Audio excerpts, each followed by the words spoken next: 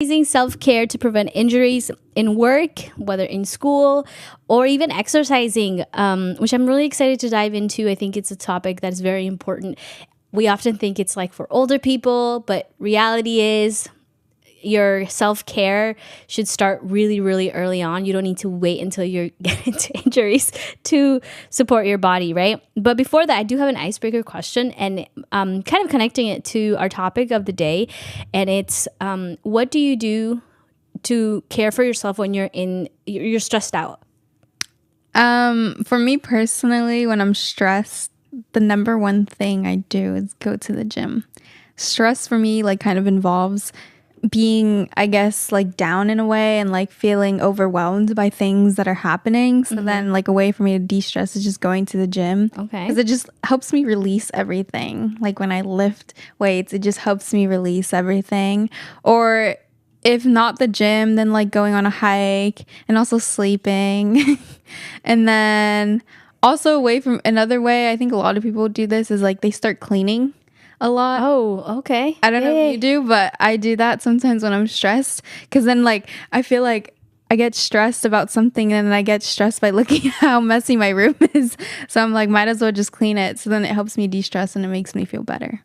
So yeah. I am on the same boat with you that I use working out as a stress reliever. And it's funny because I was just talking to Annalie earlier today, and she was mentioning how she also works out, and she was saying that her gym was closed, so she hasn't been able to go to the gym. But something that she found very interesting was the fact that she was a little bit more I shouldn't have said her name because maybe but she was sharing that she was a bit more impatient.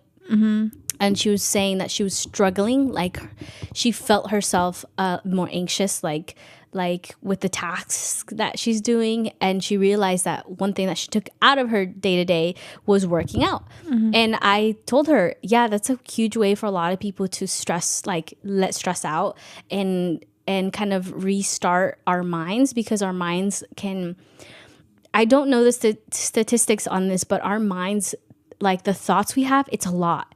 So having a place where you kind of, you won't get rid of all the thoughts, but kind of push back and say, I don't need it. For me is working out. And so we share that in a way.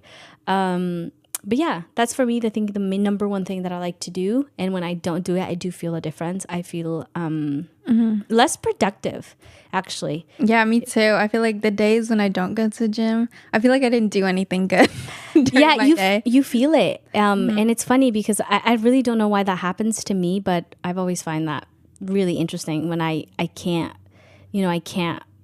work out. But anyway, with that being said, we can dive into our topic of this week, and we're going to talk about our self-care. And the reason why we brought this up was because I actually got I stressed out one of my nerves in my wrist. So you'll see it. I've been wearing this for a couple days now.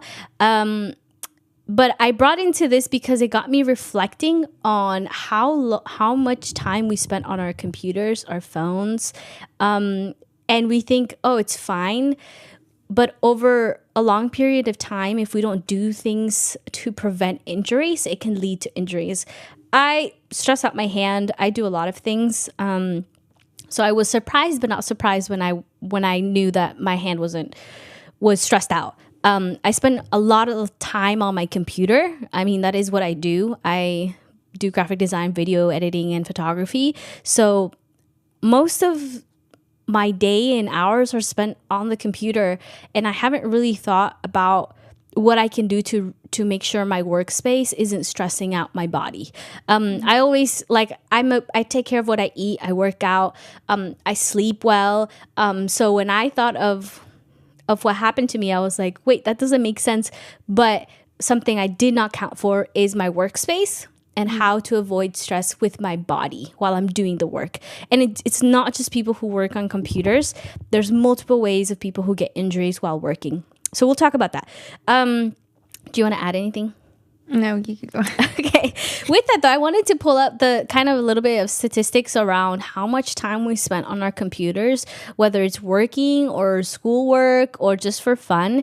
And I mean, we've known this for a while, but still, it always surprises me about how much time we spent on our like screen time. And an average American spends around 7 hours and 4 minutes looking at a screen each day. That's a lot. And like I said, some of this is not just like staring on social media. Maybe it is, but usually it's because, for example, you go to school, right? And you, after school, a lot of your work is online, correct? Yeah, I think the majority of it is online. And if you're writing a paper or anything, it's all online. And then if you go to work, for example, your job is Tay Radio, and a lot of the work we do is staying on the computer. So it adds up. So 7 hours, I actually think it might be a little low. But yeah, the worldwide average, well, I won't read that one, but it's more than 3 hours that the worldwide average spends on. But again, the reason why I didn't want to read this very much, because not everyone has the access to technology the way Americans do. In other countries, yes, but there are smaller little areas that don't have that, so the numbers are not, the average is a bit different from the day-to-day.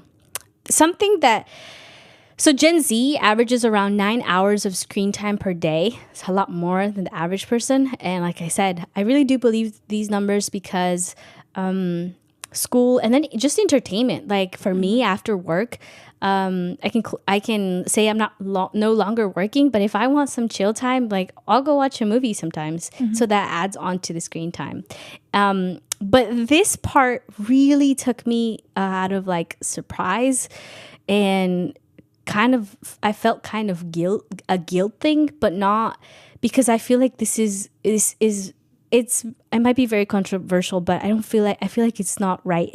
And it's that almost half, around 49% of 0 to 2-year-olds interact with smartphones. That to me was a big, because I feel like that is a really young age to be in smartphones, meaning like watching videos. This is a very important time for development in childhood. So for me, that was just like a big, oh my God, moment.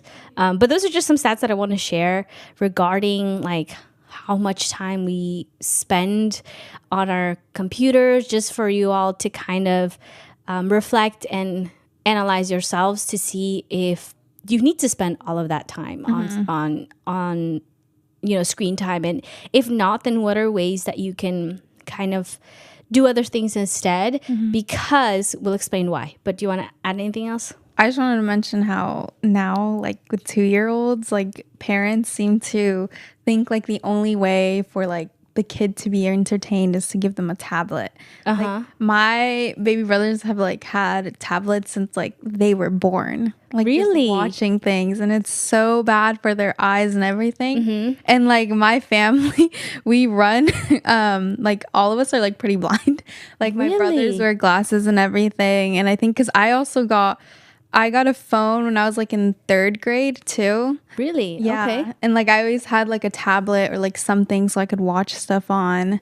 And like in my family it was really normalized. And I'm not sure if that's like just like with certain like races, or I'm not really sure on those statistics, but I've also heard like a bunch of my Hispanic friends also like went through the same thing. Like they got a phone, like not like super young, but like at a pretty young age. And like now like their parents with their siblings are giving them a tablet so that they could watch their shows and stuff.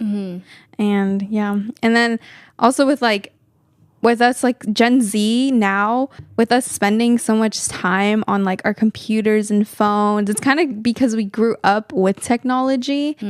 So it's kind of hard for us to like let go of that, and for us to like, I guess like turn the computer away and like read a book. Because like nowadays, like you have Kindle where like you can like read a book online, you can have your tablet out and just read the book, and like you can highlight on the book or like on your iPad and stuff.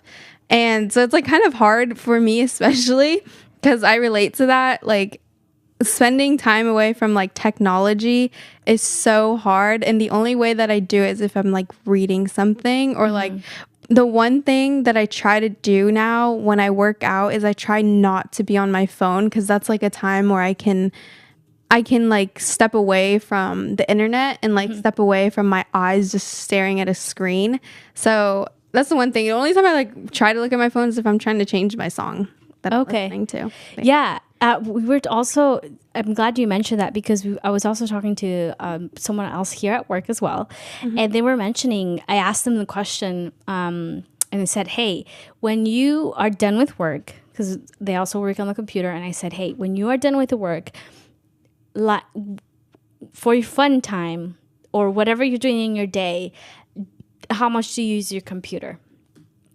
And their answer was, it's funny because, when I'm working out, I have my computer, but it might not be for like watching anything. It might be just because I'm using it as a timer or or to play music, or if I'm doing a hobby that I like, I'll have something playing in the background. I have something.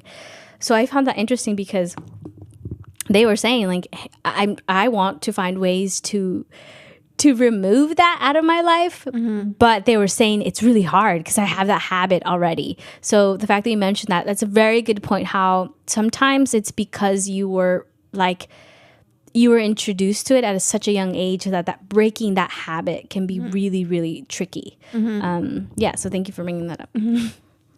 Yeah. I'm just like, with my phone, like now, like after this, I'm just gonna go on my phone. Like, if you think about it, a lot of people, when they wake up, what the first thing they do is they check their phone. Yeah. They go on social media. And before they go to sleep, they check social media. So exactly. And even just for small things, it's like always the phone and stuff. It's just like I think that's really attached to us. Even if you go out running out of your house without your phone, you're like, my phone, you go back for it. It's something that's kind of like glued onto our lives, which it's a tool, absolutely. But you also have to make sure that you're taking care of your health while using it as a tool, and even for fun. And so I wanted to talk a little bit about as well, kind of like the symptoms of, so we were talking about technology right now, and often people don't know or don't understand, like, how can I get pain from using my phone? And I also had the same question. But the reason behind it is, like, you'll see it that we often hold our phones like this. I mean, you guys can probably see it. But we hold our phones with our pinky, and our pinky is like lifting up a lot of the weight from here. And it's not necessarily designed to do it for such a long period of time. Like, if you're scrolling like this, and even like even if, wait, let me clear my this is my work one, but when we're like using our phones, we're doing this constantly, and that is basically using this part. And I'm trying to show on camera, I hope they can see me showing like this.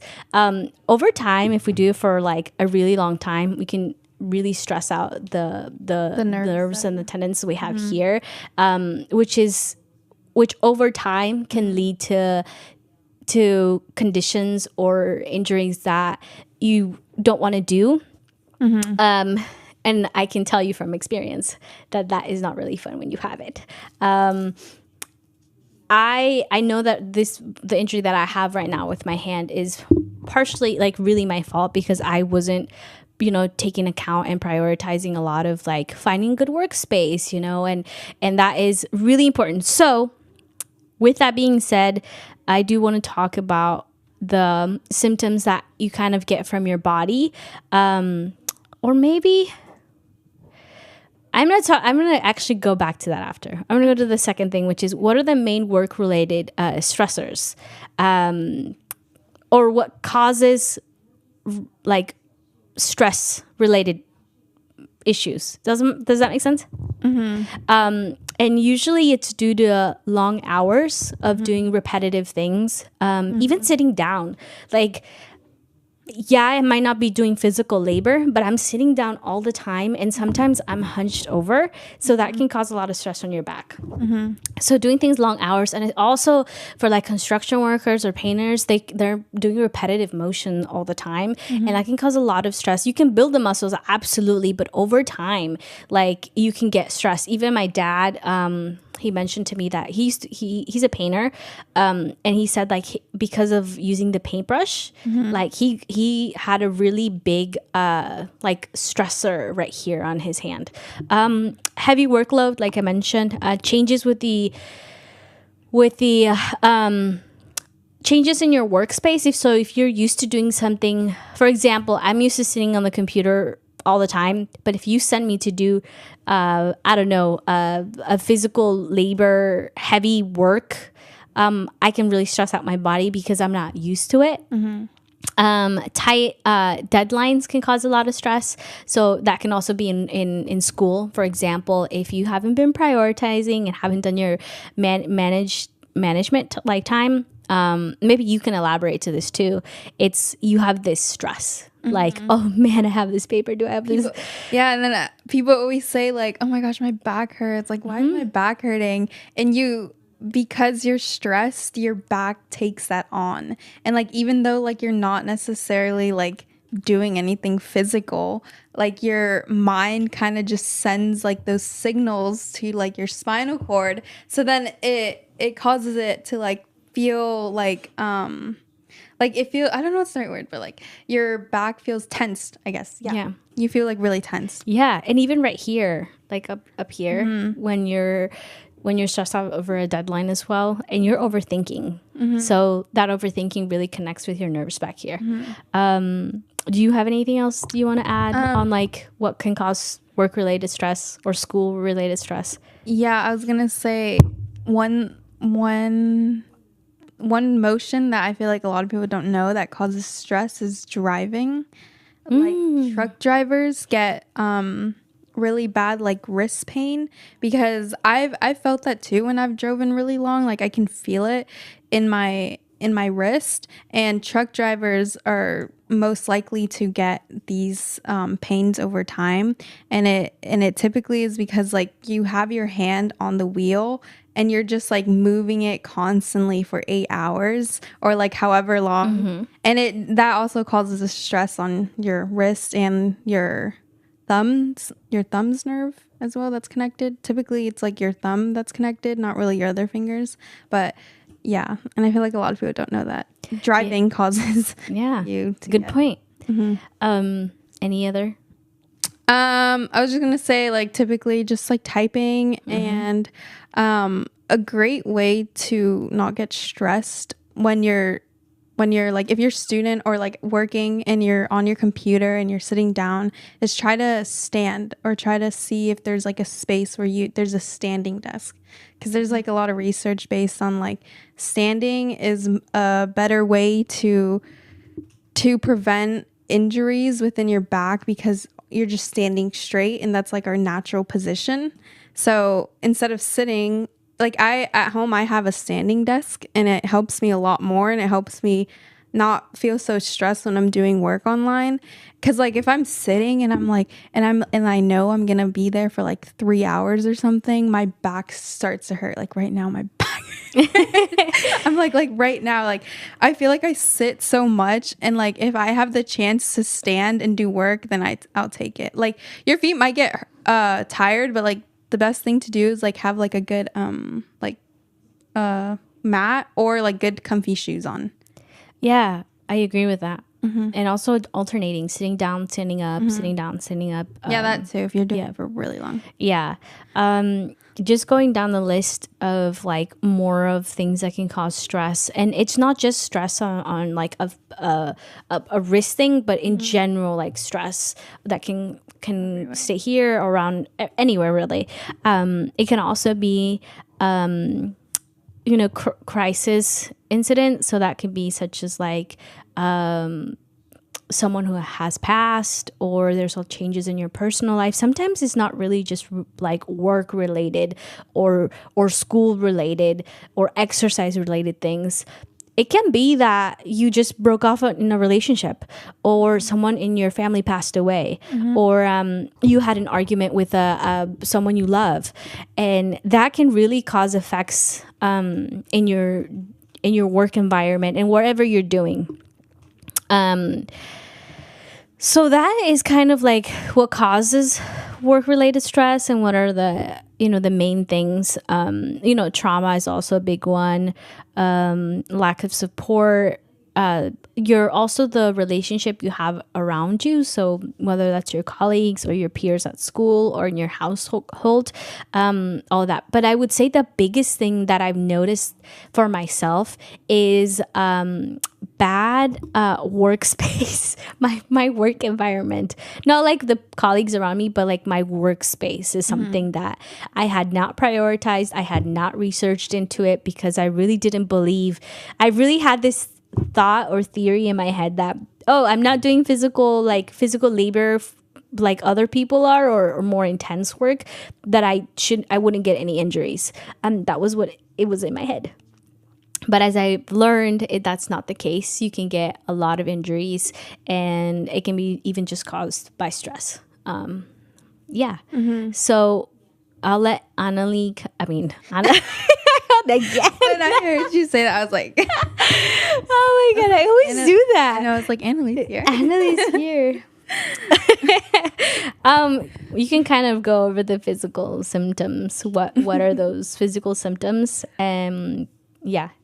I was gonna say physical symptoms a lot relate to, especially like back pain. You feel fatigue a lot, and with the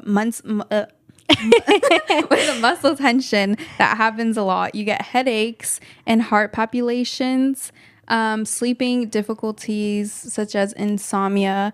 And I've had insomnia before because I had like so much stress when I was younger. I don't even know why. I was like stressed a lot about like school in a lot of ways. So I always would like turn a lot, and like it would just be like, it would feel like my body like ached, and like I just couldn't sleep, but it's like I wanted to sleep, but I just couldn't. Like I would close my eyes and I would just be like closing my eyes for like 30 minutes. I still can't sleep. And like I would always just end up going on my phone because I'm like, I can't even sleep. And I wouldn't fall asleep till like 3-4 in the morning. And there's gastrointestinal upsets such as diarrhea or constipation, and dermatological disorders. And I think that the gastrointestinal kind of relates to having stress, just because when you're stressed, I don't know if you feel this, when I feel stressed, I feel it in my back and also like in my stomach. Like I just have like a sense of like I'm upset about something, and I just like feel it in my stomach, and it feels like I don't get diarrhea. It's just like I feel it in my stomach. Stress. Yeah. Interesting. Yeah. Huh. Have you never felt that? No, when I'm stressed out, I feel it on my right here. Oh, and I feel it more my lower. Yeah, and then when I'm overthinking, I can feel it. If I'm really overthinking my thoughts, that's something I do have that I am working on, and it's the overthinking part. In the work that I do, like I want things to look very good. And so I can overthink a lot of factors. And when I do that, I can actually feel like a heartbeat at the front of my head. Like it goes boom, boom, boom. And that's a sign for me like, hey, you got to stop. You got to take a break. Yeah. And sometimes when having these symptoms, you could take certain medication for it, like ibuprofen. But if you can, like for the most part, if you feel this like at a really intense level, then the best you can do is just let your body rest and let yourself rest. Like sometimes you have to listen to your body and just step back from it. But it just depends on like your situation, because like sometimes it's you're stressed because of a deadline, or like because like you have to do something at work. But like if you have those days to take a moment to just like let yourself rest and just be in bed, take it, and don't feel guilty about it, because you just got to listen to your body sometimes, and that's sometimes what your body just needs. I agree. I totally agree with that. Listening to your body will absolutely tell you what's wrong, and you just got to be open to hearing it out. That's really what it is. Like your body literally tells you who you like too, like in a relationship was. I don't know if you've ever heard of this, but like Okay, this is kind of a little off topic, but your body always, it's kind of related. Your body always tells you what you need and like what you like. Like for example, if you are allergic to something, your body's reacting and telling you it doesn't like it. If it makes you upset, your body reacts to it and like tells you it doesn't like it. And when it comes to like relationships, I don't know if you knew this, but like when you smell your partner's like sweat, typically if you really like it and you don't like feel like, oh, it's kind of gross, then like you have that like really good connection with them and like your body likes that. I've never heard that before. Yeah, like if you like your, I don't know, when you get in a relationship, you should try it. You should try it. Like you like their sweat smell. Really? Mm-hmm. I've never heard that, but I definitely agree with you. Your body will let you know what you need. Mm-hmm. I think I mentioned it in last show too. Where if I'm craving something sweet like a Coke or a candy, I'll kind of analyze, am I low on sugar? And I'll of course find, for me it's, I always go on the alternative thing. The last thing in my case, and it's something that I've always learned growing up, it's I want to avoid medication as much as possible. They're my last resort for anything. So for me, it's always listening to my body. If I'm craving even headaches, like when I feel so stressed out, I'll ask myself, oh man, have I drank a lot of water? Sometimes I've only had one 32 ounce and I'm like, oh, that's not enough. My body's letting me know. So I totally agree with you. Another thing, like physical symptoms include depression. If you're really stressed out, you can get a lot of depression, anxiety, discouragement. You can feel, of course, overwhelmed and you can't cope with a lot of things. And you can have a hard time making decisions, and you can have a really hard time being patient. When you're stressed out, the least thing you have is patience, because you're just like, I can't deal with it. So those are, other physical or psychological symptoms that you have.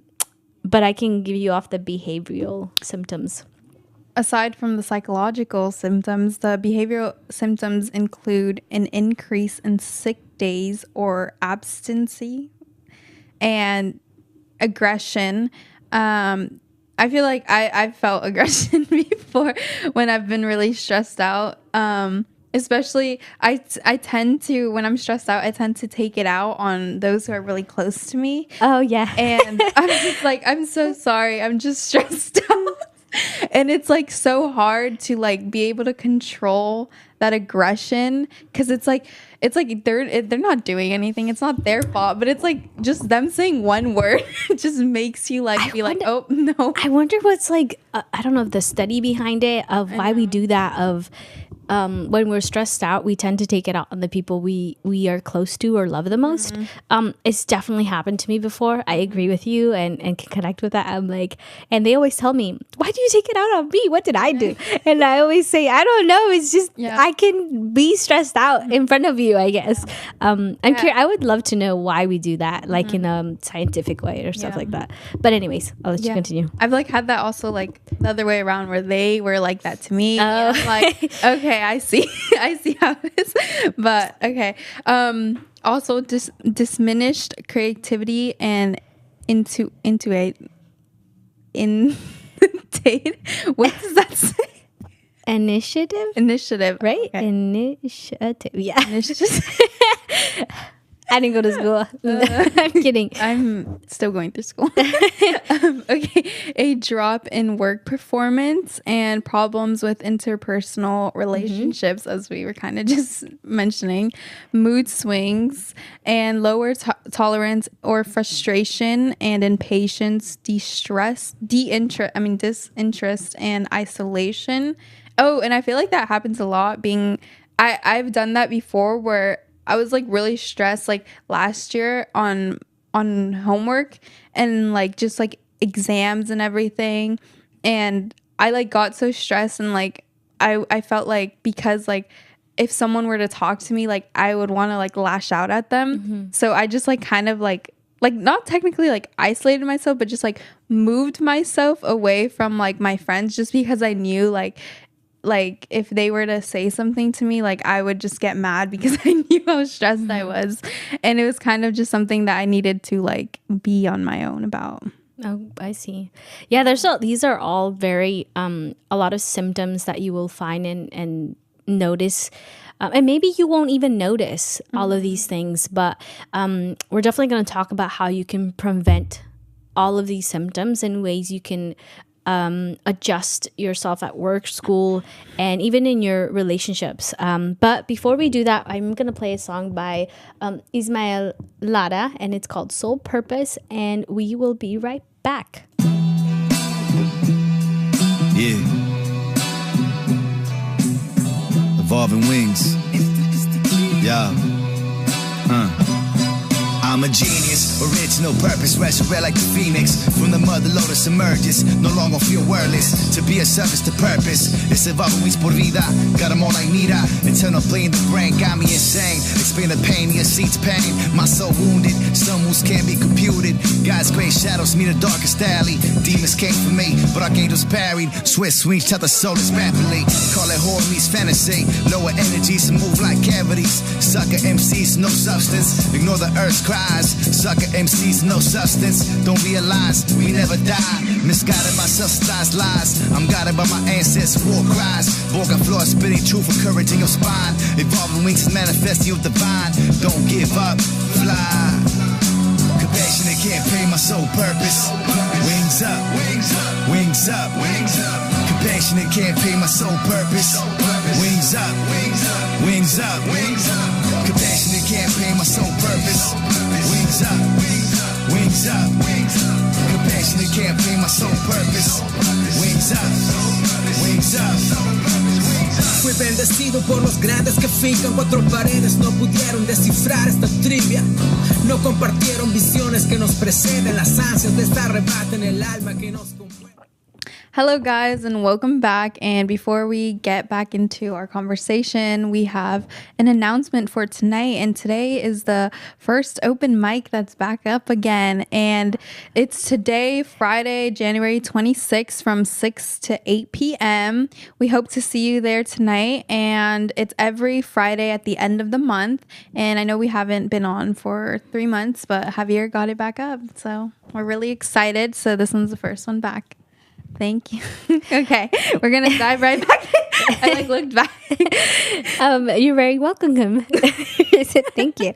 With that though, yes, come join us. Tay Team will be here, so you guys can say hi and talk to us about the show. We're so open to hear all of, just how you guys enjoy the show, which we love when you get to hear all of those things from our audience, as well as watching you all perform. I think that's really the highlight for me. I have seen a lot of talent, and for those who have become like regulars, I see always improvements, and then they always, I wouldn't say improvements, but they just like continue to, like, I'm like, whoa, I can't believe they're doing all of this stuff. So come join us.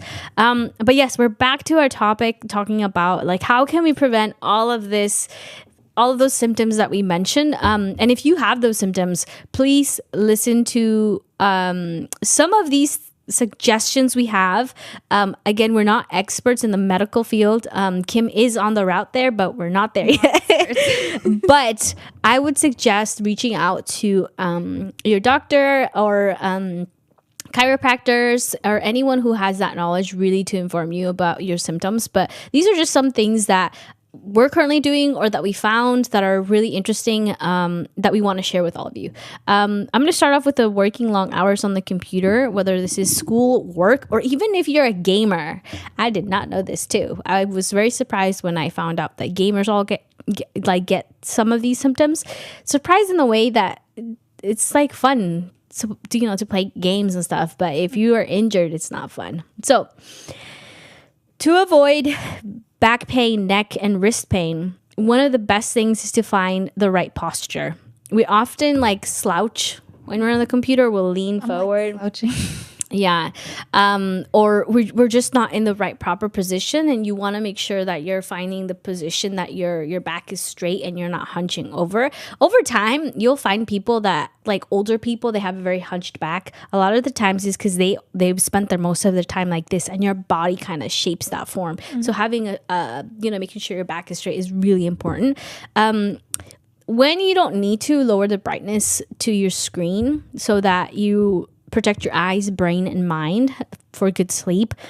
Take a break in between. So if you have a 9-hour, and this kind of depends, because if you have a 9-hour or 8-hour shift sitting in the computer or at work, you can have a standing desk or find a place where you can stand for, a couple of minutes and then, or an hour, and then sit back down. Definitely finding a standing desk or I'm going to say the ergonomic workspace. And this is new to me because I didn't know. So finding keyboards that are ergonomic, and ergonomic basically, so if you look at your keyboard and how you place your hands, they're not in their natural form. So what you'll do is you cause a lot of stress on your wrist and hands. But ergonomic like equipment are made so that you keep your natural form of your hands, which avoids less stress on your hands. It doesn't mean that you're gonna not get injuries at all. It just means it keeps your natural form better. An example is also a mouse. So a mouse that I just got myself recently because of my wrist is this one. I'm no promotion, but this brand, I just went to the store and I was doing my research, and I found that this mouse is specifically designed to keep the natural form of our hands. So if you're someone who is working out on the computer, making sure you have a right mouse and in your station is really important. Also knowing, so even this position is kind of bad for our body. So you want to have your computer, like the top of your computer, to be eye level. But in this case, it's kind of like I have it down, but it should be something like this to avoid your neck looking way too down. Avoid neck strain. Yep. And then, yeah, those are some things that I've personally been looking into as well. Like I just bought myself a new keyboard and I can definitely feel a difference. It's weird for my hands to get used to, but I can definitely feel a difference where I cause more tension in my hands. And then I'm gonna hand it off to Kim. Now I will be talking about workout related, but this also goes into just daily life. One of the main things when working out, a lot of people tend to skip is warming up and cooling down.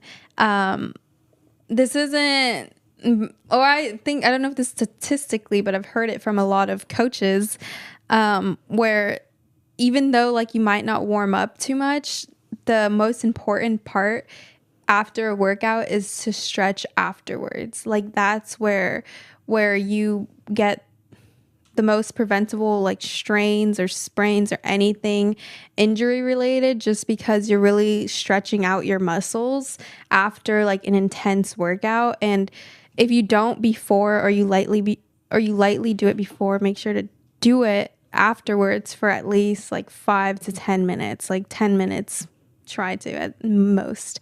And another one that for everyone is getting enough sleep. Sleep kind of relates to like being overstressed. If you're not getting enough sleep, you tend to like be more angry, you're down and you're tired, and then that all tends to build up in your back and everything. So make sure you're getting enough sleep, especially if you're working out. That's how you build your muscles, by sleeping. And as we mentioned before, listening to your body. Your body knows what's best for you. So make sure you're listening to your body, and then make sure you're resting properly and not overworking your muscles. A lot of people might tend to do that, and they might work out 7 days a week. Don't do that. Make sure your body is resting, unless you're like doing it for a competition, then I that's totally different. But if you're working out on a daily basis, just make sure you're giving your body enough time to rest, to recover, because that's how your body and your muscles grow, by recovery, getting enough rest. And then another way is also just making sure you have a balanced diet and not eating out so much, eating greasy foods. Make sure you're intaking enough protein, enough vegetables, and everything. Balanced diet.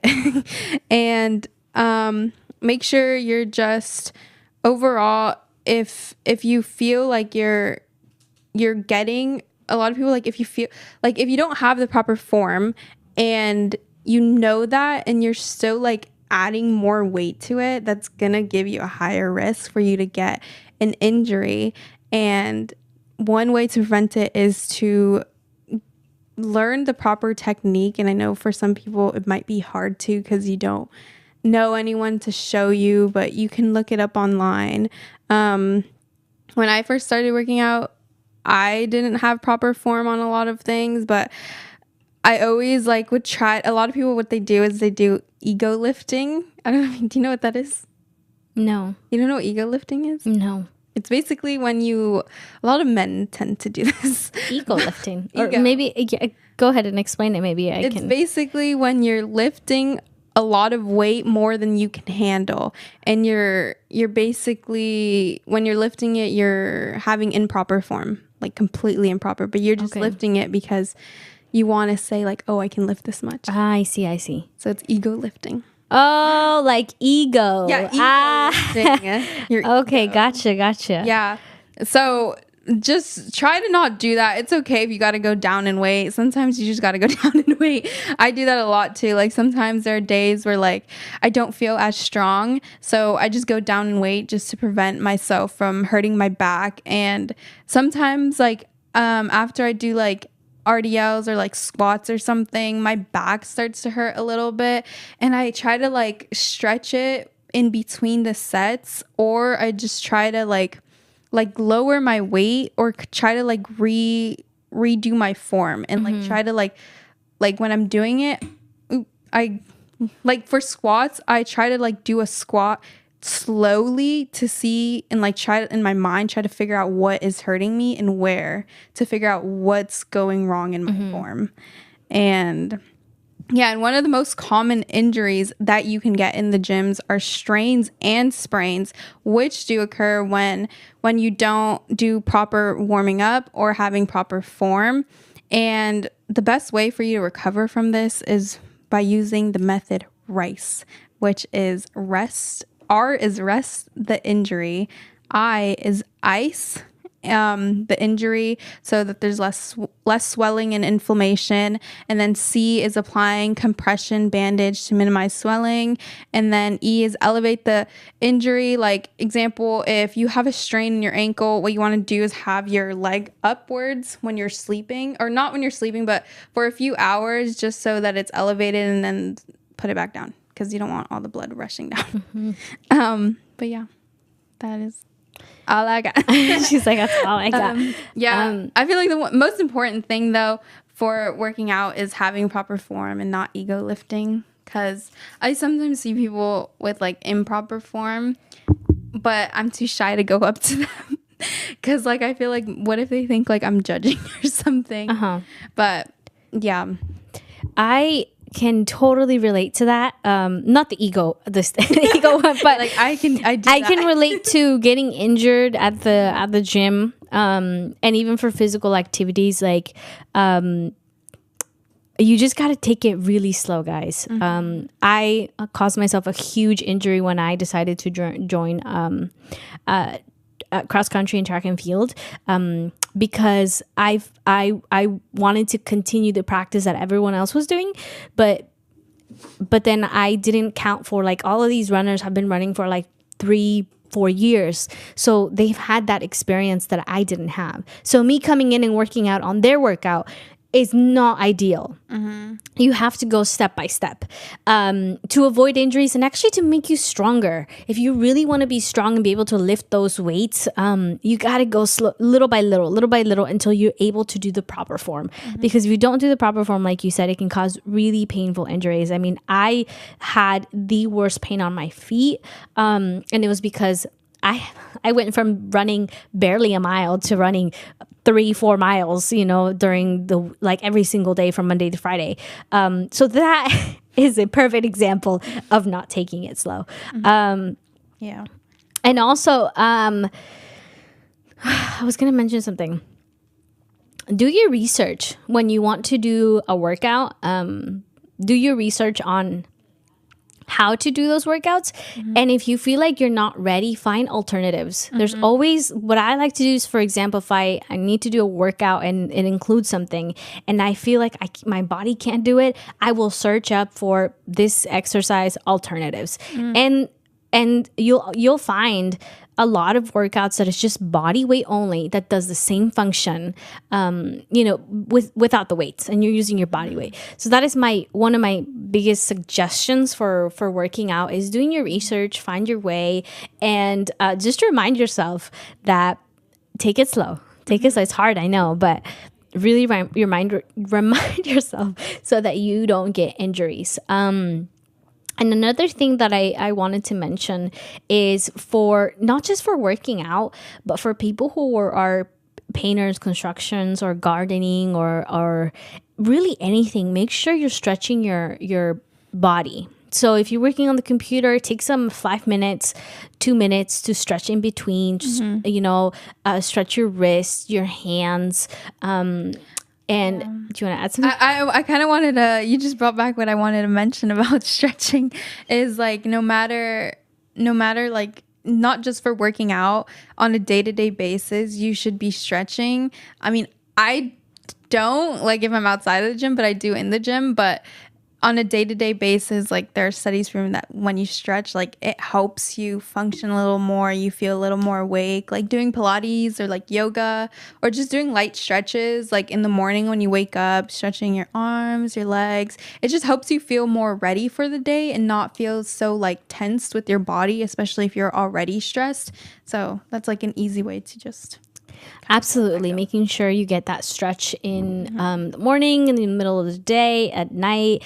It's just a great way for you to avoid those injuries. Like I said, this is just, ideas so you guys can take care of your body and prevent injuries from happening, because when it does happen, it can feel really, really uncomfortable. I mean, myself included, I've been struggling to adjust my workspace, and like even right now, I was just telling Kim during the break, oh my god, my wrist is aching and it's really uncomfortable. So if there's something that I can tell you from my experience, is take care of yourself, prioritize your self-care, and it doesn't matter what industry you're in, making sure you're taking care of your body is crucial, because without it, you cannot work, you cannot go to school, you can't do so many things with that discomfort. The other thing I do for myself is, when you mentioned your meals, I've noticed for myself that I don't take a lot, the portion of vegetables and fruits that I should be taking, or even the protein. I just, sometimes I don't have time. So my thing to balance it out, it's not something that replaces anything. Absolutely not. Something to balance out is, I like to take vitamins, but my vitamins are they don't come from whatever place. I'm very detailed and I'm very specific with the vitamins I take, but they're to balance out a little bit of what I'm missing out on. So I do eat fruits and vegetables. Like I said, I take really good care of my health, eating wise, but it's sometimes not a lot of it that I'm consuming. So I like to balance it with vitamins. The main thing that I suggest for everyone is water. Please drink water. Yes, sodas are delicious, and teas and coffee. Like I said, I'm drinking my coffee right now. But making sure you guys have water is so important. Like I said earlier, I have headaches when I forget to drink enough water.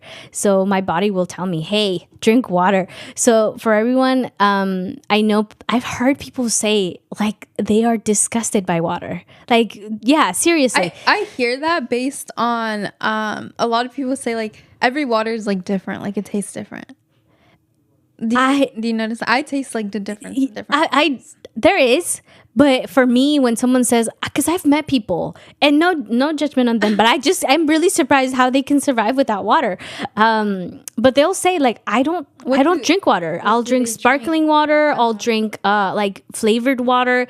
But for me, like I love sparkling water myself too, but it's not the same as water. Like it's carbonated water. So drinking water is really important. And you don't have to take mass amount of water if you're not used to it. Try 8 cups and then slowly build up. Again, it's always slowly building up. And even if in your food, in the food that you're taking, let's say you're someone who eats all the time out and you want to transition into a more balanced meals that you want to have, don't do it from just making a switch all like randomly, like a random time saying, oh, I'm going to switch and make this changes, because you won't last, right? Slow. Yeah, you got to go slow, meaning try once a month to not eat out, and then eventually move up to twice a month, 3 times a month, 4 times, and then eventually you'll move into weekly. How many times can I not eat outside? And slowly go from there. And sleep. Right, sleep is such a crucial thing. And I remember this when we were on a trip. You were like, I sleep at 3 a.m. and we were like telling you, Kim, that's not good for you. I still do that. Yeah. I know it's not good. I'm like over here saying get enough sleep when I don't. But I think it also comes to play like technology. So for example, and it's something that I avoid as much as possible, and it's if I can't sleep, even if I'm just staring at the wall, but I'll put music instead of looking at my phone, because I realize that even if I'm so sleepy but I'm looking at my phone, I won't fall asleep because my eyes are looking at a screen. So I will try to put a podcast or try to put music next to me, and even if I'm singing along, I don't live by myself, so I can't put like my music and just play it out loud. I have to use my headphones. It's not ideal as well, but it's for me, I prefer that than looking at the screen. But I do that and it kind of helps me out. Yeah. And other things too. Can I add on to that? Yeah, go ahead, please. With your phone, it's ideal to not use your phone an hour before going to bed, like looking at your phone, just because the light rays and like the radiation that your phone has projects on your eyes, and it sends like a signal to your brain telling you like that you're awake basically, and it tells you to stay up. So that's why like you don't want to be on your phone an hour before, like it's like an hour to 30 minutes before actually like I'm gonna sleep and go to bed. So like try to not. I try to typically like during the time where like I'm brushing my teeth, like putting stuff on my face, I try to just like not use my phone. And then the only time is like when I'm putting on my alarms for the morning. And then I just try to like sleep and and just like make sure to not like straight away, because a lot of people have like trouble sleeping like as soon as like they've been on their phone for like a few hours and like they just put it down and like they have trouble sleeping. It's because of the like the light rays on this and like the radiation. And also like another thing, I don't know if you've heard, but never sleep with your phone next to your head or next to your body, because of the radiation that comes from your phone. It's not ideal to do that. It's best to put it like on your nightstand, on the ground, somewhere not close to your body when you're sleeping. I agree. Same with AirPods or headphones. You don't typically want to sleep with those either, because in the long run, it is harmful to your brain and your body. Yeah, that's also something that I've looked into, and like I said, not ideal to use headphones when I'm like about to like I'm dozing off. I do take it off and put it on the nightstand. But there are times where I forget and I find my AirPods, I used to do that too. Somewhere. I used to like have my AirPods in, like listen to ASMR, and then in the morning I can't find my AirPods. Or like I'm like, where is it? But yeah, so make sure to not sleep with your phone near you or use your phone. before. Yeah, and I haven't done this, but it's something that I'm looking into, and it's buying a separate alarm clock to put on my nightstand and put my phone like across my bedroom, just to not have the temptation of like being the first thing I pick up in the morning, or when I can't sleep stuff. For me, I've also have a setting on my phone, on my personal phone, not my work phone, where it's an auto. So at a certain time at night, my screen will turn from like the white blue to a warm color, to a warmer tone, and I've noticed it's easier for my eyes, and it helps me again to avoid that stress part. And also it goes into do not disturb mode at a certain time, so that no notifications of Instagram or stuff come in. I do, however, have my emergency contacts that come, like they can call me anytime, and it goes through that do not disturb mode. That's my family, my mom, my dad, my siblings, because I know that if I have that, other phone calls won't come in because it's in do not disturb. But I do have that set up, so in case something goes wrong with my family, I'm on the call, so their phone like calling always goes through. But those are settings that I have, and it's also synced with my computer. If I have to, my computer also goes into a mode where do not disturb mode as well.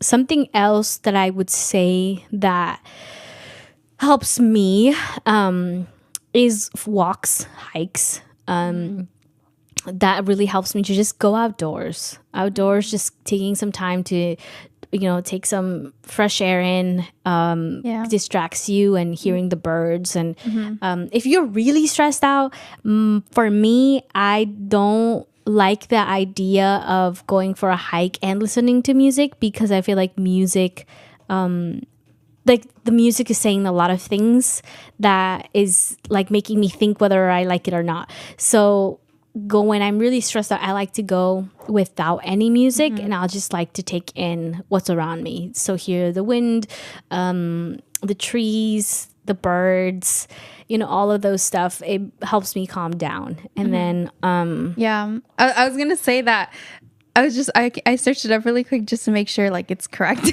That being a nature person and going out to nature like on a day-to-day basis makes you live longer. You have an overall like longer life because you're connected to nature and like natural like environments, I guess. And it says it gives you stress reduction, better sleep, lower anxiety, greater happiness and life satisfaction, and improved immune functions, lower blood pressure, better birth outcomes, and improved eyesight, and reduce in obesity and diabetes. And I knew that it helps you live longer. I just wanted to make sure. But yeah, and I just think that's a really, really awesome thing. And I feel like we all are kind of capable of like just going out just for a walk out in your neighborhood. Doesn't have to be that long, 10 minutes, something like that. And that's what I try to do. I try my best to like at least go once a week on a hike, and to just like separate myself from other people and society. Yeah. And like whatever's stressing me out, and just to go out. Yeah. And on that note, like I mentioned in the beginning of the show, we often think like these are things that older people should worry about, but actually it should be both ways. Older people should be thinking about how to take care of their health. But as young people as well, you should start taking care of your health now, and don't wait until you're in your health is on the downfall to start worrying about these stuff. So start making small things now, so that when you get older, you have a less harder time. Like medications are not cheap, guys. Like the healthcare here in America is not the best. So. And if you, as we mentioned earlier, if you have any of these symptoms and you feel like they're over railing, then make sure to let your physicians know, and let them know like it's never nothing bad. Like if nothing's wrong, then great, but like you never know, like what if something is wrong and you go in like a few years later, and like the earlier you go, the earlier the detection of whatever's happening, the quicker you'll be able to recover. Yes, not have it and affect you. I agree. And also, like I said, do your own research. Ask your whoever you go to for support and kind of understanding where what you can do and adjust. Like I said, all of the things we mentioned, they're all just ideas, suggestions, and things that we do in our personal life that have helped us. But with that being said, thank you all for joining and listening to us talk about how to really prioritize our self-care, which is really, really important. And then next week, we're going to have another topic. And as always, you can follow us on Tay Radio at Tay Radio Marin on our social medias. And we'll see you guys next week.